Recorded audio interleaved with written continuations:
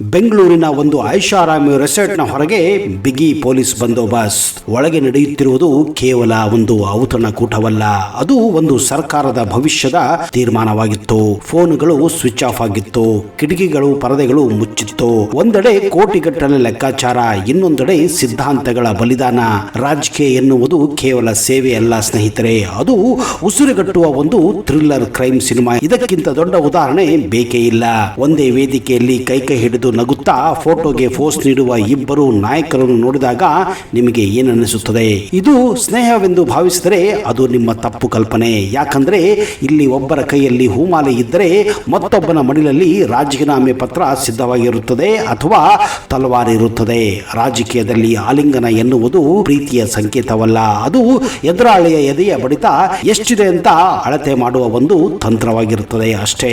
ರಾಜಕೀಯ ಎನ್ನುವುದು ಹಿತಾಸಕ್ತಿಗಳ ಸಂಘರ್ಷ. ಇಲ್ಲಿ ಅನಿವಾರ್ಯ ಮೈತ್ರಿ ಎಂಬುದು ಪ್ರೀತಿಯಿಂದ ಹುಟ್ಟುವ ಮದುವೆಯಲ್ಲ, ಬದಲಾಗಿ ಅಸ್ತಿತ್ವ ಉಳಿಸಿಕೊಳ್ಳಲು ಮಾಡಿಕೊಳ್ಳುವ ಒಂದು ಚಿಕ್ಕ ಒಪ್ಪಂದ ಅಷ್ಟೇ. ರಾಜಕೀಯದಲ್ಲಿ ಶತ್ರುವಿನ ಶತ್ರು ಮಿತ್ರನಾಗಿರ್ತಾನೆ. ದಶಕಗಳ ಕಾಲ ಪರಸ್ಪರ ನಿಂದಿಸಿಕೊಂಡವರು, ಒಬ್ಬರಿಗೊಬ್ಬರು ಮುಖ ನೋಡಿದವರು ಏಕಾಏಕಿ ಒಂದೇ ಕಾರಿನಲ್ಲಿ ಓಡಾಡಲು ಆರಂಭಿಸುತ್ತಾರೆ ಅಂದ್ರೆ ನೀವೇ ಯೋಚನೆ ಮಾಡಿ. ಇದಕ್ಕೆ ಕಾರಣ ಸಿದ್ಧಾಂತವಲ್ಲ, ಬದಲಾಗಿ ಮೂರನೇ ಶಕ್ತಿಯನ್ನ ಸೋಲಿಸುವ ಒಂದು ಅನಿವಾರ್ಯತೆ. ಈ ಮೈತ್ರಿಯ ಹಿಂದೆ ಅಡಗಿರುವ ರಹಸ್ಯವೇನೆಂದರೆ, ಯಾವಾಗ ತನ್ನ ಕೆಲಸ ಮುಗಿಯುತ್ತದೆಯೋ ಆಗ ಮೊದಲು ಬೆನ್ನಿಗೆ ಚೂರಿ ಹಾಕುವನೇ ಈ ಹೊಸ ಮಿತ್ರ ಅನ್ನೋದು ಇಬ್ಬರಿಗೂ ಕೂಡ ಗೊತ್ತಿರುತ್ತದೆ. ರಾಜಕೀಯದಲ್ಲಿ ವಿಶ್ವಾಸ ಎನ್ನುವುದು ಒಂದು ದುಬಾರಿ ವಸ್ತು. ಅಧಿಕಾರದ ಗದ್ದುಗೆ ಸನಿಯ ಬಂದಾಗ ತನಗೆ ಮೆಟ್ಟಲಾಗುವನೇ ಕೆಳಕ್ಕೆ ತುಳಿಯುವುದು ಇಲ್ಲಿನ ಅಲಿಖಿತ ಒಂದು ನಿಯಮವಾಗಿ ಹೋಗಿದೆ. ಇಂತಹದಕ್ಕೆ ಕರ್ನಾಟಕದಲ್ಲಿ ಸಾವಿರಾರು ಉದಾಹರಣೆಗಳಿವೆ. ಇಂದು ಹೂಮಾಲೆ ಹಾಕಿ ಜಯಘೋಷ ಹಾಕುವ ಬೆಂಬಲಿಗರು ಮತ್ತು ಸಹೋದ್ಯೋಗಿಗಳು ಅಧಿಕಾರ ಹಂಚಿಕೆಯಲ್ಲಿ ಸ್ವಲ್ಪ ವ್ಯತ್ಯಾಸವಾದರೂ ಸಾಕು, ಅದೇ ಹೂಮಾಲೆಯನ್ನ ಕುತ್ತಿಗೆಗೆ ನೇಣು ಕುಣಿಕೆಯನ್ನಾಗಿ ಮಾಡಲು ಹಿಂಜರಿಯುವುದಿಲ್ಲ. ಇಲ್ಲಿ ಸಂಬಂಧಗಳಿಗಿಂತ ಸಂಖ್ಯಾಬಲಕ್ಕೆ ಹೆಚ್ಚು ಬೆಲೆ. ನನ್ನವನು ಎಂಬ ಭಾವನೆಯಿಂದ ನನಗೆ ಇವನಿಂದ ಏನು ಲಾಭ ಎಂಬ ಲೆಕ್ಕಾಚಾರವೇ ಮೈತ್ರಿಗಳನ್ನ ನಿರ್ಧರಿಸುತ್ತದೆ. ಮೈತ್ರಿಯ ಸುಂದರ ಹೊದಿಕೆಯ ಒಳಗೆ ಅತೃಪ್ತಿ, ಅಸೂಯೆ, ಅಧಿಕಾರವನ್ನ ಕಸಿದುಕೊಳ್ಳುವ ಸಂಚುಗಳು ಸದಾ ಕಾಲ ಇಲ್ಲಿ ನಡೆಯುತ್ತಾನೆ ಇರುತ್ತವೆ. ರಾಜಕೀಯ ಈ ಚದುರಂಗದಾಟದಲ್ಲಿ ದಾಳಗಳು ಬದಲಾಗಬಹುದು, ಆದರೆ ಆಟಗಾರ ಮನಸ್ಥಿತಿ ಮಾತ್ರ ಬದಲಾಗುವುದಿಲ್ಲ. ಇಲ್ಲಿ ಮಿತ್ರತ್ವ ಎನ್ನುವುದು ಕೇವಲ ಒಂದು ತಾತ್ಕಾಲಿಕ ವಿರಾಮ ಮಾತ್ರ. ಯುದ್ಧ ಸದಾ ಇಲ್ಲಿ ನಡೆಯುತ್ತಾನೆ ಇರುತ್ತದೆ.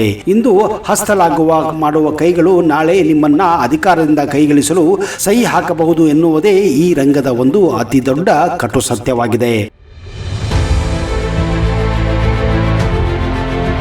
ವಿಧಾನಸೌಧದ ಮೆಟ್ಟಿಲುಗಳು ಕೇವಲ ಕಲ್ಲುಗಳಿಂದ ಮಾಡಲ್ಪಟ್ಟಿಲ್ಲ, ಅವುಗಳ ಅಡಿಯಲ್ಲಿ ಸಾವಿರಾರು ಮಹಿಳೆಯರ ಹತ್ತಿಕ್ಕಲ್ಪಟ್ಟ ಕನಸುಗಳು ಮತ್ತು ಅನಿವಾರ್ಯತೆಗೆ ಬಲಿಯಾದ ಆತ್ಮ ಗೌರವದ ಹಲವಾರು ಕಥೆಗಳು ನಮ್ಮ ಮುಂದೆ ಇವೆ. ರಾಜಕೀಯದಲ್ಲಿ ಒಬ್ಬ ಮಹಿಳೆ ಬೆಳೆಯಬೇಕೆಂದ್ರೆ ಬುದ್ಧಿವಂತಿಕೆಯಿಂದ ಹೆಚ್ಚಾಗಿ ತನ್ನ ದೈಹಿಕ ಅಸ್ತಿತ್ವವನ್ನೇ ಪಣಕ್ಕಿಡಬೇಕಾದ ಕ್ರೂರ ವ್ಯವಸ್ಥೆಯ ಮುಖವಾಡ ಎಂದು ಕಳಚು ಬಿದ್ದಿದೆ. ಇದಕ್ಕೆ ಇವತ್ತು ಮಹಿಳೆಯರು ರಾಜಕೀಯದಲ್ಲಿ ಹೋಗಬೇಕೆಂದ್ರೆ ಅವರು ಮೊದಲು ದೊಡ್ಡ ದೊಡ್ಡ ರಾಜಕೀಯ ವ್ಯಕ್ತಿಗಳ ಬೆಡ್ರೂಮ್ ಅನ್ನ ಬಿಸಿ ಮಾಡಬೇಕಾಗುತ್ತದೆ. ಇದನ್ನ ನಾವು ಕೇವಲ ಸಿನಿಮಾಗಳಲ್ಲಿ ಕಂಡಿರಬಹುದು, ಆದರೆ ಇದು ಸಿನಿಮಾಗಳಿಗಿಂತ ಹೆಚ್ಚಾಗಿ ನಮ್ಮ ರಾಜಕೀಯ ವ್ಯಕ್ತಿಗಳ ಬೆಡ್ರೂಮ್ಗಳಲ್ಲಿ, ಲಾಡ್ಜ್ಗಳಲ್ಲಿ, ಹೋಟೆಲ್ಗಳಲ್ಲಿ ನಡೆಯುತ್ತೆ ಅಂದ್ರೆ ನೀವು ನಂಬಲೇಬೇಕು. ಅದಕ್ಕೆ ನಾನು ಸಪರೇಟ್ ಆಗಿ ಉದಾಹರಣೆಗಳನ್ನ ಕೊಡೋಕೆ ಹೋಗೋದಿಲ್ಲ. ಇಲ್ಲಿ ಭಾರತದ ರಾಜಕೀಯ ರಂಗದಲ್ಲಿ ಮಹಿಳೆಯರು ಉನ್ನತಕ್ಕೆ ಸ್ಥಾನಕ್ಕೆ ಇರಬೇಕೆಂದ್ರೆ ಅದು ಕೇವಲ ಮತಗಳ ಆಟವಲ್ಲ, ಬದಲಿಗೆ ಒಂದು ಅಗ್ನಿ ಪರೀಕ್ಷೆ. ಹೊರಗಿನ ಜಗತ್ತಿಗೆ ಮಹಿಳಾ ಸಬಲೀಕರಣ ಭಾಷಣಗಳು ಕೇಳುತ್ತಿದ್ದರೆ ತೆರೆಯ ಮರೆಯಲ್ಲಿ ನಡೆಯುವ ವ್ಯವಹಾರಗಳೇ ಬೇರೆ. ಒಬ್ಬ ಸಾಮಾನ್ಯ ಮಹಿಳೆ ರಾಜಕೀಯದಲ್ಲಿ ನೆಲೆ ಕಂಡುಕೊಳ್ಳಲು ಹೊರಟಾಗ ಆಕೆಗೆ ಎದುರಾಗುವ ಬೆಂಬಲವಲ್ಲ, ಬದಲಿಗೆ ಬೇಡಿಕೆಗಳು. ನಿನಗೆ ಸೀಟು ಬೇಕೇ? ಹಾಗಾದ್ರೆ ನೀನು ಏನು ಕೊಡಬಲ್ಲೆ ಎಂಬ ಪ್ರಶ್ನೆ ನೇರವಾಗಿ ಕೇಳದಿದ್ದರೂ ಸನ್ನೆಗಳ ಮೂಲಕ ಆಕೆಯನ್ನ ಶೋಷಣೆಯ ಬಲೆಗೆ ಎಳೆಯಲಾಗುತ್ತದೆ. ಇಲ್ಲಿ ದೇಹ ಎನ್ನುವುದು ಕೇವಲ ಮಾಂಸದ ಮುದ್ದೆಯಲ್ಲ, ಅದು ಅಧಿಕಾರವನ್ನ ಪಡೆಯಲು ಬಳಸುವ ಅನಿವಾರ್ಯ ಕರೆನ್ಸಿಯಾಗಿ ಬದಲಾಗುತ್ತದೆ. ಒಮ್ಮೆ ವ್ಯವಸ್ಥೆಯ ಒಳಗೆ ಸಿಲುಕಿದ ಮೇಲೆ ಆ ಹೆಣ್ಣಿಗೆ ಹೊರಬರಲು ದಾರಿಗಳೇ ಇರೋದಿಲ್ಲ. ಸಣ್ಣ ತಪ್ಪುಗಳು ಸಹ ದೊಡ್ಡ ಹಗರಣಗಳಾಗಿ ಬದಲಾಗುತ್ತವೆ. ನಾಯಕಿಯರು ತಮ್ಮ ರಾಜಕೀಯ ಭವಿಷ್ಯವನ್ನ ಉಳಿಸಿಕೊಳ್ಳಲು ತಮ್ಮ ಅಸ್ತಿತ್ವವನ್ನು ಒತ್ತೆ ಇಡಬೇಕಾಗುತ್ತದೆ. ಕತ್ತಲ ಕೋಣೆಯಲ್ಲಿ ನಡೆಯುವ ಈ ರಾಜಿ ಮಾತುಕತೆಗಳು ಒಬ್ಬ ಮಹಿಳೆಯನ್ನ ಮಾನಸಿಕವಾಗಿ ಕುಗ್ಗಿಸಿಬಿಡುತ್ತದೆ. ಯಾವಾಗ ಒಬ್ಬ ಮಹಿಳೆ ಈ ವ್ಯವಸ್ಥೆಯ ವಿರುದ್ಧ ಧ್ವನಿ ಎತ್ತುತ್ತಾಳೋ ಆಗ ಆಕೆಯನ್ನ ಚಾರಿತ್ರ್ಯಹೀನ ಎಂದು ಬಿಂಬಿಸುವ ಕೆಲಸವನ್ನು ಅದೇ ರಾಜಕೀಯ ಪಕ್ಷಗಳು ಮಾಡುತ್ತವೆ. ಈ ಭಯದಿಂದಲೇ ಎಷ್ಟೋ ಮಹಿಳೆಯರು ತಮ್ಮ ಮೇಲೆ ನಡೆಯುವ ದೌರ್ಜನ್ಯ ಸೌಜನ್ಯಗಳನ್ನ ನುಂಗಿಕೊಂಡು ಹಸನ್ಮುಖಿಯಾಗಿ ವೇದಿಕೆಗಳ ಮೇಲೆ ನಿಲ್ಲುತ್ತಾರೆ. ಇದರ ಬಗ್ಗೆ ನಾನು ಯಾರ ಬಗ್ಗೆ ಹೇಳಬೇಕು, ಹೇಗೆ ಹೇಳಬೇಕು ಅಂತ ನನಗಿಂತ ನಿಮಗೇನೆ ಚೆನ್ನಾಗಿ ಗೊತ್ತಿರಬಹುದು. ಕರ್ನಾಟಕದಲ್ಲಿ ಇಂತಹದಕ್ಕೆ ಹಲವಾರು ಉದಾಹರಣೆಗಳೇ ಇವೆ. ಇಂದು ವ್ಯವಸ್ಥೆಯ ವಿರುದ್ಧ ಆಕ್ರೋಶ ಮಹಿಳೆಯ ರಾಜಕೀಯದಲ್ಲಿ ಬೆಳೆಯಲು ಆಕೆಯ ಕೆಲಸ ಮತ್ತು ಅರ್ಹತೆ ಮಾನದಂಡವಾಗಬೇಕೇ ಹೊರತು ಆಕೆಯ ದೇಹವಲ್ಲ. ಈ ವಿನಿಮಯ ಸಂಸ್ಕೃತಿ ಕೊನೆಯಾಗದ ಹೊರತು ನಮ್ಮ ಪ್ರಜಾಪ್ರಭುತ್ವಕ್ಕೆ ನಿಜವಾದ ಅರ್ಥ ಸಿಗಲು ಸಾಧ್ಯವೇ ಇಲ್ಲ.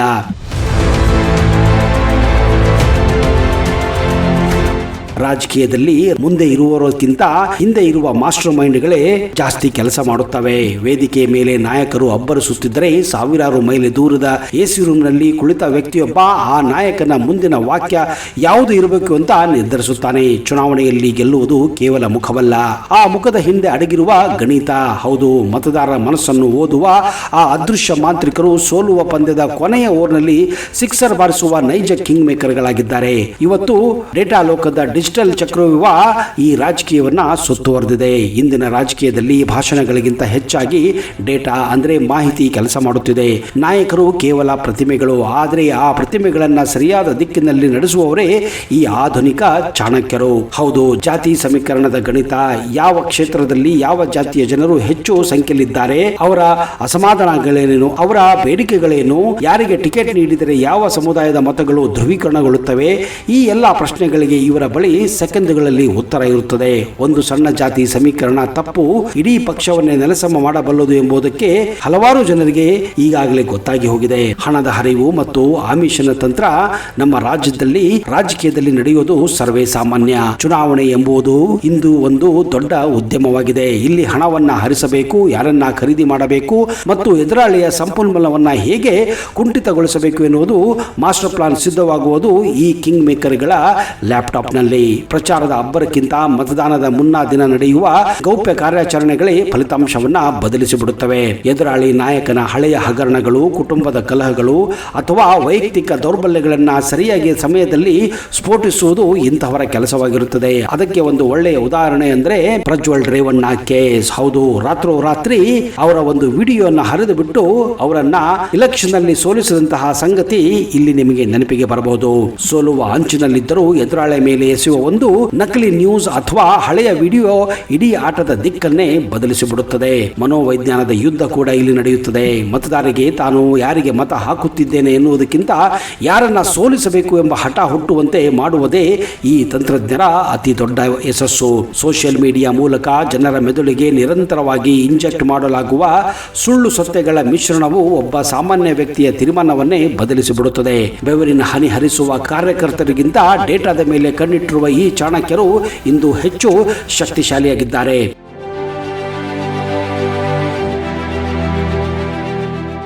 ನಾಯಕ ಕೇವಲ ಧ್ವನಿಯಾದರೆ ಈ ತಂತ್ರಜ್ಞರು ಆ ಧ್ವನಿಯ ಹಿಂದೆ ಸ್ಕ್ರಿಪ್ಟ್ ಬರೆಯುತ್ತಾರೆ. ಈ ಕಣ್ಣಿಗೆ ಕಾಣದ ಚದುರಂಗ ಆಟವೇ ಇಂದಿನ ಪ್ರಜಾಪ್ರಭುತ್ವದ ಅತಿ ರೋಚಕ ಮತ್ತು ಭಯಾನಕ ಭಾಗ.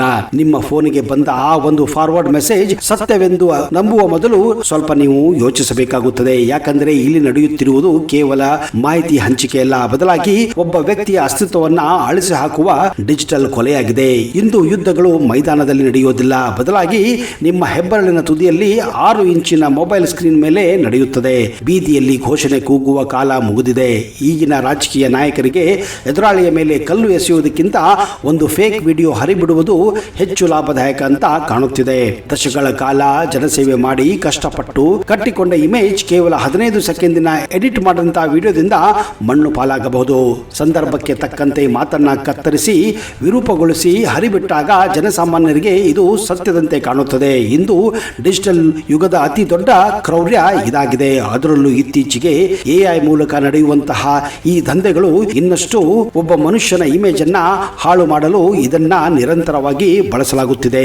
ಈಗಿನ ರಾಜಕೀಯ ಪಕ್ಷಗಳಿಗೆ ಸ್ವಂತ ಸೈನ್ಯವಿದೆ. ಅದು ರಸ್ತೆಯಲ್ಲಿ ನಿಲ್ಲುವುದಿಲ್ಲ, ಬದಲಾಗಿ ಕೀಬೋರ್ಡ್ಗಳ ಮುಂದೆ ಕುಳಿತು ಇವುಗಳನ್ನೆಲ್ಲ ಮಾಡಿಸುತ್ತಾರೆ. ಎದುರಾಳಿ ನಾಯಕ ಏನಾದರೂ ಒಂದು ಸಣ್ಣ ತಪ್ಪು ಮಾಡಿದರೆ ಸಾಕು, ಅದನ್ನ ರಾಷ್ಟ್ರ ಮಟ್ಟದ ಸುದ್ದಿಯನ್ನಾಗಿ ಮಾಡುವುದು, ಮೇಮ್ಸ್ಗಳ ಮೂಲಕ ಅವರ ವ್ಯಕ್ತಿತ್ವವನ್ನ ಹರಣ ಮಾಡುವುದು ಈ ಸೈನ್ಯದ ಮಾಡಿದ ಕೆಲಸವಾಗಿದೆ. ಇಲ್ಲಿ ವಿಚಾರಗಳಿಗಿಂತ ವೈಯಕ್ತಿಕ ನಿಂದನೆಯೇ ದೊಡ್ಡ ಅಸ್ತ್ರವಾಗಿದೆ. ಈ ಡಿಜಿಟಲ್ ಚಕ್ರವ್ಯೂಹದ ಒಳಗೆ ನುಗ್ಗುವುದು ಸುಲಭ, ಆದರೆ ಹೊರಗೆ ಬರುವುದು ಅಸಾಧ್ಯವೇ ಸರಿ. ಸುಳ್ಳು ಸುದ್ದಿಯೊಂದು ಕಾಡ್ಗಿಚ್ಚಿನಂತೆ ಹರಡಿದಾಗ ಸತ್ಯವು ಬೂಟು ಧರಿಸುವಷ್ಟರಲ್ಲಿ ಸುಳ್ಳು ಇಡೀ ಜಗತ್ತವನ್ನೇ ಸುತ್ತಿ ಬಂದಿರುತ್ತದೆ.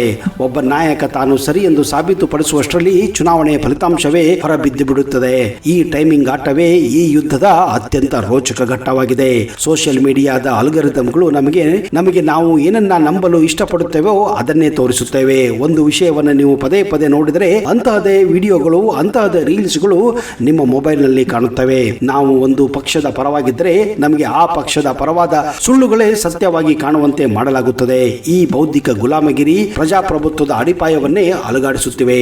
ಇದು ಕೇವಲ ತಂತ್ರಜ್ಞಾನದ ಯುಗವಲ್ಲ, ಇದು ಮಾಹಿತಿ ಯುದ್ಧದ ಕಾಲ. ಇಲ್ಲಿ ಸುಳ್ಳನ್ನ ಸತ್ಯಕ್ಕಿಂತ ಹೆಚ್ಚು ಆಕರ್ಷಕವಾಗಿ ಮಾರಾಟ ಮಾಡಲಾಗುತ್ತಿದೆ. ಮೊಬೈಲ್ ಸ್ಕ್ರೀನ್ ಮೇಲೆ ನಡೆಯುವ ಈ ಅಭಿಮನ್ಯು ಕಾಳಗದಲ್ಲಿ ಗೆಲ್ಲುವುದು ಸತ್ಯವಲ್ಲ, ಬದಲಾಗಿ ಯಾರು ಹೆಚ್ಚು ವೇಗವನ್ನ ಸುಳ್ಳು ಹರಡುತ್ತಾರೋ ಅವರೇ.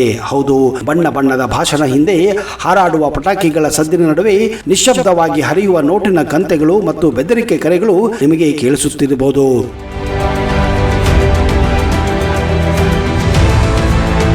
ಪ್ರಜಾಪ್ರಭುತ್ವದ ಅತಿ ದೊಡ್ಡ ಹಬ್ಬವು ಅಪರಾಧಗಳ ಅಖಾಡದಲ್ಲಿ ಬದಲಾದಾಗ ಮತದಾರ ಗೆಲ್ಲುತ್ತಾನೋ ಅಥವಾ ಮಾಫಿಯಾ ಗೆಲ್ಲುತ್ತದೆ ಅನ್ನೋದು ಇತ್ತೀಚಿನ ನೀವು ಇಲೆಕ್ಷನ್ಗಳಲ್ಲಿ ಕಾಣಬಹುದು. ಇದನ್ನ ಹೆಚ್ಚಾಗಿ ನೀವು ಬೆಂಗಾಲ್ ಇಲೆಕ್ಷನ್ ನಲ್ಲಿ ಕಂಡಿರಬಹುದು ಅಂತ ನನ್ನ ಅನಿಸಿಕೆ. ಇಲೆಕ್ಷನ್ ಗೆದ್ದರೆ ಸಾಲದು, ಸೋತಂತಹ ರಾಜಕೀಯ ಪಕ್ಷಗಳು ಸಹಿತ ಕೆಲವೊಮ್ಮೆ ಕುದುರೆ ವ್ಯಾಪಾರ ಮಾಡಿ ನಮ್ಮ ರಾಜಕೀಯ ವ್ಯವಸ್ಥೆಗೆ ಒಂದು ಕಪ್ಪು ಚುಕ್ಕೆಯನ್ನ ತರುತ್ತಿವೆ. ಶಾಸಕರು ಮಾರಾಟದ ಸರಕುಗಳಾದಾಗ ಪ್ರಜಾಪ್ರಭುತ್ವವು ಧನಪ್ರಭುತ್ವ ಎಂದು ಬದಲಾಗುತ್ತಿದೆ. ಇದಕ್ಕೆ ಕಡಿವಾಣ ಬೀಳಬೇಕೆಂದರೆ ಕೇವಲ ಕಾನೂನಲ್ಲ, ರಾಜಕಾರಣಗಳಲ್ಲಿ ನೈತಿಕತೆ ಕೂಡ ಇರಬೇಕು. ಯಾವಾಗ ಯಾವುದೇ ಒಂದು ಪಕ್ಷಕ್ಕೆ ಸ್ಪಷ್ಟ ಬಹುಮತ ಸಿಗುವುದಿಲ್ಲವೋ ಆಗ ಈ ಆಟ ಶುರುವಾಗುತ್ತದೆ. ಪಕ್ಷೇತರ ಶಾಸಕರು ಮತ್ತು ಸಣ್ಣ ಪಕ್ಷಗಳ ಪ್ರತಿನಿಧಿಗಳಿಗೆ ಬೇಡಿಕೆ ಕುದುರುತ್ತದೆ. ಇಲ್ಲಿ ಸಿದ್ಧಾಂತಗಳಿಗಿಂತ ಸೌಲಭ್ಯಗಳೇ ಮುಖ್ಯವಾಗಿರುತ್ತವೆ. ನಮ್ಮ ಪಕ್ಷದ ಶಾಸಕರು ಎದುರಾಳಿಗಳ ಆಮಿಷಕ್ಕೆ ಬಲಿಯಾಗಬಾರದೆಂದು ಪಕ್ಷದ ನಾಯಕರು ಶಾಸಕರನ್ನ ವಿಶೇಷ ವಿಮಾನಗಳ ಮೂಲಕ ದೂರದ ರಿಸಾರ್ಟ್ಗಳಿಗೆ ಕರೆದೊಯ್ದು ಅವರನ್ನ ಅಲ್ಲಿ ಇಡುತ್ತಾರೆ. ಇವತ್ತು ರಿಸಾರ್ಟ್ ರಾಜಕೀಯ ಬಹಿರಂಗವಾಗಿ ನಡೆಯುತ್ತಿದೆ ಅನ್ನೋದಕ್ಕೆ ನಾವೇನು ಸಪರೇಟ್ ಆಗಿ ಹೇಳಬೇಕಾಗಿಲ್ಲ. ಅಲ್ಲಿ ಅವರ ಮೊಬೈಲ್ಗಳನ್ನ ಕಿತ್ತುಕೊಳ್ಳಲಾಗುತ್ತದೆ ಮತ್ತು ಹೊರಗಿನ ಪ್ರಪಂಚದೊಂದಿಗೆ ಸಂಪರ್ಕ ಕಡಿತಗೊಳಿಸಲಾಗುತ್ತದೆ. ಇದು ಒಂದು ರೀತಿ ಐಷಾರಾಮಿ ಬಂಧನ ಅಂತಾನೆ ಹೇಳಬಹುದು. ಹೌದು, ಇಲೆಕ್ಷನ್ ನಂತರ ಫಲಿತಾಂಶಗಳ ದಿನದಂದು ಮತಪಟ್ಟಿಗೆಗಳು ತೆರೆದಾಗ ಆಗುವ ಸಂಚಲನವೇ ಬೇರೆ. ಗೆದ್ದವರು ಬೀಗುತ್ತಾರೆ, ಸೋತವರು ತಂತ್ರ ರೂಪಿಸುತ್ತಾರೆ. ಆದರೆ ನೆನಪಿರಲಿ, ಇಲ್ಲಿ ಗೆಲುವು ಅಂತಿಮವಲ್ಲ ಮತ್ತು ಸೋಲು ಅಂತಿಮವಲ್ಲ. ಈ ಅಧಿಕಾರದ ಕುರ್ಚಿಯ ಮೇಲಿನ ಪ್ರೇಮವೇ ಪ್ರಜಾಪ್ರಭುತ್ವದ ಅತಿ ದೊಡ್ಡ ವಿಪರ್ಯಾಸ ಮತ್ತು ಸೌಂದರ್ಯವಾಗಿದೆ. ರಾಜಕೀಯ ಎಂಬುದು ಈಜುಗಾಣದ ಸಮುದ್ರ. ಇಲ್ಲಿ ಅಲೆಗಳು ಯಾರನ್ನ ಬೇಕಾದರೂ ದಡಕ್ಕೆ ಸೇರಿಸಬಹುದು ಅಥವಾ ಆಳಕ್ಕೆ ತುಳಿಯಬಹುದು. ನಿಮ್ಮ ಒಂದು ಮತ ಈ ರೋಚಕ ಕಥೆಯ ದಿಕ್ಕನ್ನ ಬದಲಿಸುವ ಶಕ್ತಿ ಹೊಂದಿದೆ ಅಂದ್ರೆ ತಪ್ಪಾಗಲಾರದು ಸ್ನೇಹಿತರೆ. ಹೀಗಾಗಿ ಯಾವತ್ತೂ ಪ್ರಾಮಾಣಿಕವಾಗಿ ನಿಮ್ಮ ವೋಟನ್ನ ಬಳಸಿ ಮತದಾನವನ್ನ ಮಾಡಿ. ಸ್ನೇಹಿತರೆ, ಈ ರಾಜಕೀಯ ಬಗ್ಗೆ, ಈ ಪಾಲಿಟಿಕ್ಸ್ ಬಗ್ಗೆ ನಿಮ್ಮ ಅನಿಸಿಕೆಯನ್ನ, ನಿಮ್ಮ ಅನುಭವವನ್ನ ದಯವಿಟ್ಟು ಕಮೆಂಟ್ ಬಾಕ್ಸ್ ಅಲ್ಲಿ ಹಾಕಿ.